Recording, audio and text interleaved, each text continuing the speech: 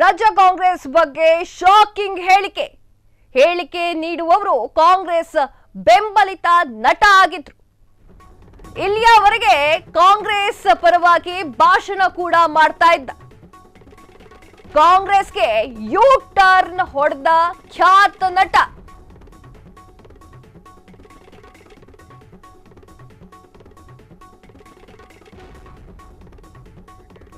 ರಾಹುಲ್ ಗಾಂಧಿ ಸಿದ್ದರಾಮಯ್ಯ ಅವರನ್ನ ಹಾಡಿ ಹೊಗಳಿದ್ದ ಈ ಒಂದು ನಟ ಈಗ ಕಾಂಗ್ರೆಸ್ ಕುರಿತಾಗಿ ಅಪಸ್ವರವನ್ನ ನುಡಿದಿದ್ದಾರೆ.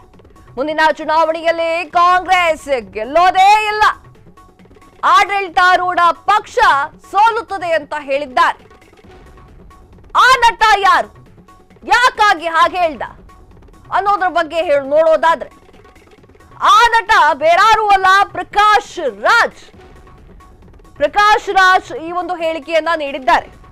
ಅಲ್ಲ, ನನಗೊಂದು ವಿಚಾರ ಗೊತ್ತಾಗ್ತಾ ಇಲ್ಲ. ಪ್ರಕಾಶ್ ರಾಜ್ ಅವರಿಗೆ ಕಾಂಗ್ರೆಸ್ಸೂ ಆಗ್ತಾ ಇಲ್ಲ, ಈಗ ಬಿಜೆಪಿನೂ ಆಗಲ್ಲ, ಯಾವ ಪಕ್ಷವೂ ಆಗಲ್ಲ, ಮತ್ತೆ ಕತೆ ಏನು ಅಂತ ಗೊತ್ತಾಗ್ತಾ ಇಲ್ಲ. ಒಂದೊಂದೇ ವಿವಾದವನ್ನ ಮೈ ಮೇಲೆ ಹೇಳ್ಕೊಳ್ತಾ ಇದ್ದಾರ.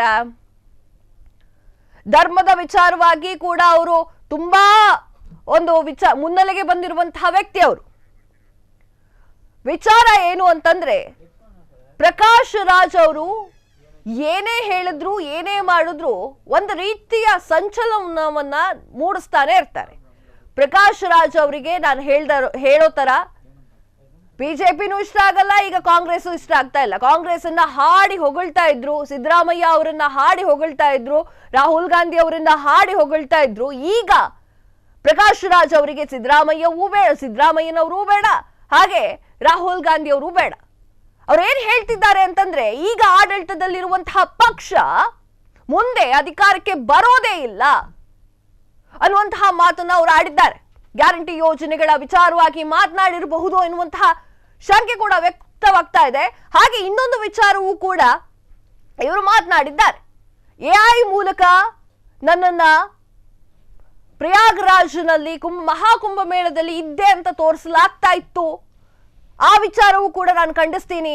ಅದನ್ನ ಪೊಲೀಸ್ ಸ್ಟೇಷನ್ ನಲ್ಲಿ ಕಂಪ್ಲೇಂಟ್ ಕೂಡ ಕೊಟ್ಟಿದ್ದೀನಿ.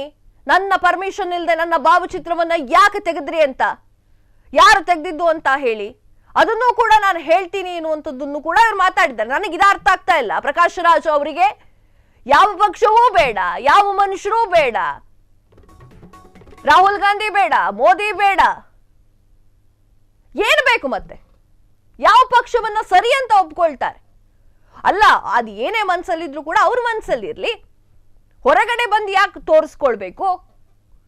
ಇದು ಕೂಡ, ಈ ಪ್ರಶ್ನೆಯೂ ಕೂಡ ಬರ್ತಾ ಇದೆ ಅಥವಾ ಉದ್ಭವ ಆಗ್ತಾ ಇದೆ.